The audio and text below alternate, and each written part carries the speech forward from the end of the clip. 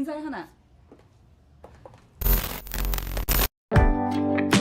Apa kabar lur? Itu tadi adalah beberapa cuplikan film Young Mother. Yap, film yang dirilis pada tahun 2013 ini menceritakan seorang pria beristri yang mempunyai hubungan gelap dengan ibu mertuanya. Tokoh utama dalam film ini adalah Jin-go yang diperankan oleh Jo In-chol. Di awal film terlihat sebuah keluarga yang tampak bahagia. Di sana juga terlihat Jin-go sedang menyaksikan anak dan istrinya sedang bersenda gurau sambil menggambar wajah anaknya di sebuah buku. Dan dimulailah perjalanan hidupnya. Jin-go memiliki seorang kekasih yang sudah lama ia pacari semenjak lulus sekolah. Hari itu dia diajak sama pacarnya untuk ketemuan di sebuah kafe dekat rumahnya untuk membicarakan sesuatu yang penting. Pacarnya itu bernama Hwa-young.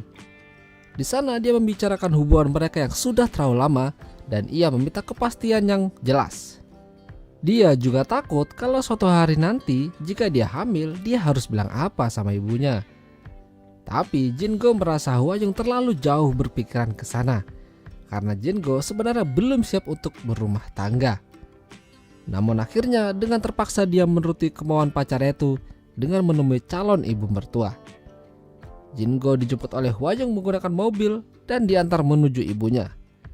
Dalam perjalanan, Jin-go pikirannya tidak fokus saat Hwa-young mengajaknya untuk ngobrol. Ia mencemaskan dirinya apakah dia sudah siap untuk menikah. Pikiran itu terus membuatnya berpikir ulang untuk melamar Hwa-young. Tapi tampaknya Hwa-young sudah sangat cinta dan keberat ingin menikah dengan Jin-go. Saat ia bertemu dengan ibunya Hwa-young, ia sangat terkejut dan terkesima melihat betapa ibunya masih sangat muda dan kencang. Kalau dilihat-lihat, ibunya lebih cantik dibanding anaknya. Ibunya Hwa-young langsung menyambut mereka dengan hangat dan mempersilahkan Jin-go untuk makan bersama di sana. Dan ibunya Hwa-young bernama Jo-hee. Jin-go yang awalnya berat untuk menikahi Hwa-young seperti terhipnotis dan bersedia untuk menikahinya dalam waktu dekat ini. Dan akhirnya pernikahan mereka pun diresmikan. Usia pernikahan mereka sudah menginjak 1 tahun dan Hwa-young tampak mengandung anak mereka. Hwa-young sangat senang dan ingin sekali rasanya memiliki anak di usia yang masih muda. Karena malam itu cuaca di luar sedang dingin, akhirnya mereka memutuskan untuk mantap-mantap. Sementara itu, ibu mertuanya yang begitu baik berniat mengantarkan makanan untuk mereka di kamar. Tapi pas sampai di depan pintu, dia melihat Hwa-young sedang digarap sama Jin-go dan dia pun merasa malu tapi kepengen. Setelah selesai mantap-mantap, Jin-go berencana untuk pergi ke bawah untuk mengambil minuman. Ibu mertuanya yang mengetahui itu cepat-cepat kembali turun sebelum ketahuan. Saat di dapur, dia melihat Jin-go yang tidak menggunakan busana sedikit pun dan itu membuat Ji-ho semakin penasaran ingin mencicipinya. Pagi harinya, semua bersikap normal seperti biasa. Mereka sarapan bersama sambil menunggu-nunggu hari kelahiran bayi mereka. Namun tak lama setelah itu, Hwa-young merasakan sakit di perutnya. Sepertinya dia akan melahirkan hari itu juga. Ji-ho menyuruh Jin-go untuk mempersiapkan mobil, sementara dia membantu Hwa-young untuk berdiri. 4 bulan sudah berlalu semenjak kelahiran bayi mereka. Jin-go sangat bahagia sekali menjadi seorang ayah. Tapi semenjak bayi mereka lahir, Hwa-young berubah. Dia lebih gampang marah dan ngambek jika kemauannya tidak dituruti. Apalagi Jin-go beberapa bulan ini lebih sering lembur dan jarang ada waktu untuk dirinya. Padahal dia sudah bersiap-siap untuk diajak jalan. Karena Jin-go tidak bisa menemaninya, dia memutuskan untuk pergi sendirian dan meninggalkan anaknya bersama ibunya. Ibunya marah saat melihat kelakuan Hwa-young yang tidak bisa mengurusi anak. Bukannya menjaga anak, dia malah keluyuran gak jelas. Hwa-young dengan santainya meminta ibunya untuk mengurusi anaknya dulu sampai dia pulang. Seharian Ji-ho merawat anaknya Hwa-young sendirian. Sampai akhirnya Jin-go pulang.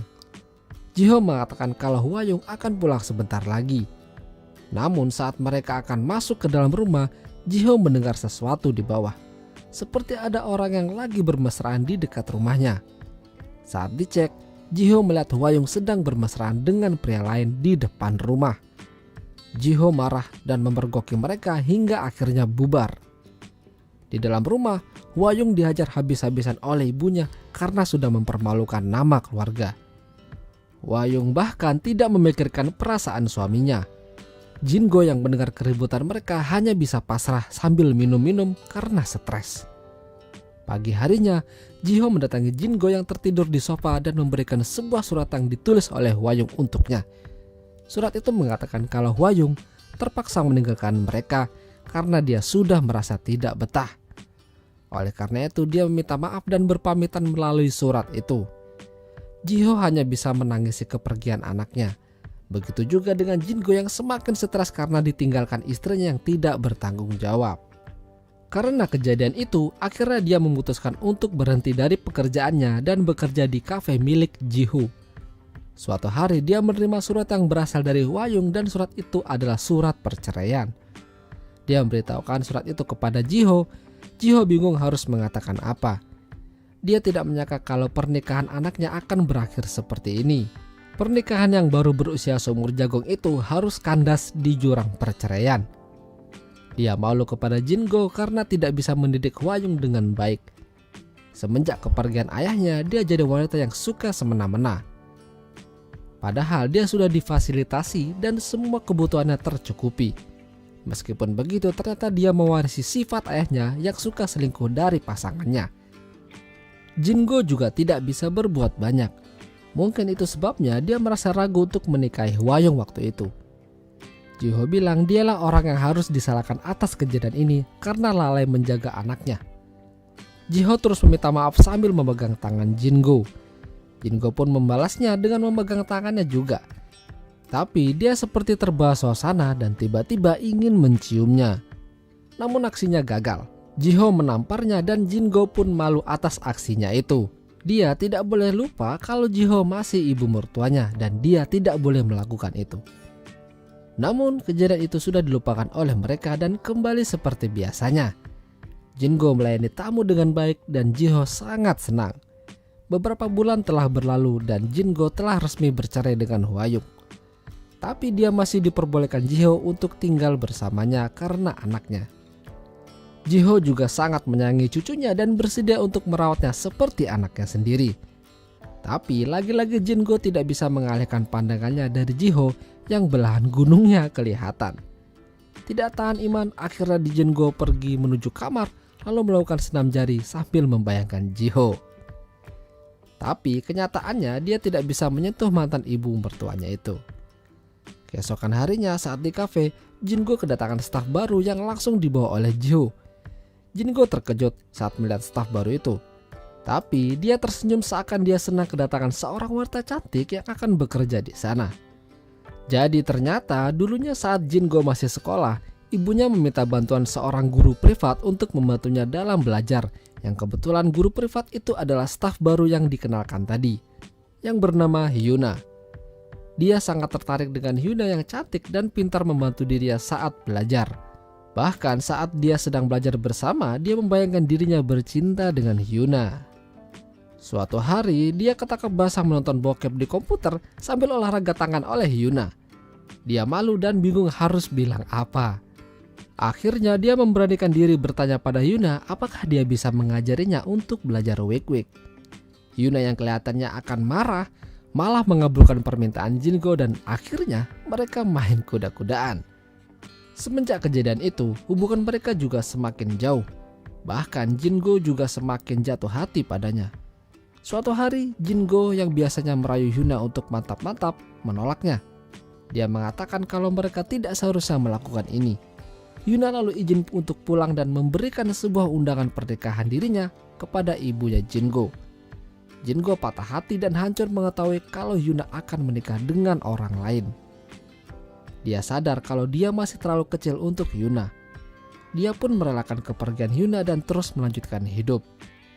Hingga akhirnya mereka dipertemukan kembali di kafe milik Ji-ho. Hyuna juga sudah kenal Ji-ho, jadi dia bersedia untuk membantunya di kafe. Dan sepertinya Jin-go masih menyimpan rasa pada Hyuna sampai saat ini. Terlihat dari cara dirinya melihat Hyuna. Karena mereka keasikan minum-minum, Ji-ho sampai teler dan harus dibantu pulang oleh Jin-go.